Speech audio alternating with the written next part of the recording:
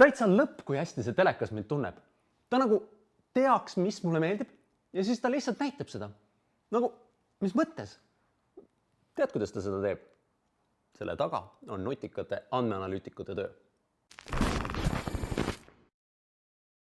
Me elame ajastul, kus iga scrollimine telefonis, iga taksosõit, poeskäik või õhtu teleka ees jätab maha suurtes kogustes digitaalseid andmeid, mille põhjal on võimalik päris hästi aru saada, mis toite sa eelistad ja mis filmid sulle meeldivad ning isegi ennustada, mida sa järgmiseks teed. Ettevõtete jaoks on sellised suurandmed väga väärtuslikud, sest nad saavad sulle soovitada just sellist restorani või filmi, mis sulle võiks meeldida. Uurime, kes ja kuidas andmetega töötavad. Mina olen Kätlin ja olen Helmeses andmeinsener.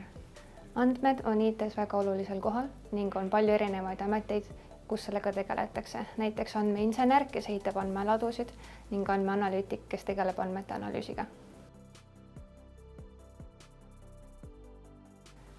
Kui oleks andmeinsenere, kes ehitaksid andmeladusid ning andmeanalüütikuid, kes neid andmeid analüüsiksid, siis peaksid ettevõtted võtma vastu otsuseid oma kohutunde põhjal.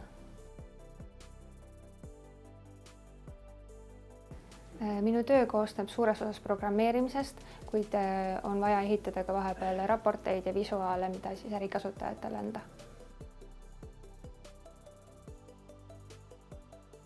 Andmeinseneri ja andmeanalüütiku töös on väga oluline tehnilised teadmised ning oskus töötada detailselt andmetega. Et selles valdkonnas edukas olla, tuleks väga kasuks õppida matemaatikat ja informaatikat. Kui sa tahad kodus andmetega tegeleda, siis sa võid välja kirjutada, kuhu ja kui palju sul raha kulub ning selle põhjal teha trende ning teha eelarvet.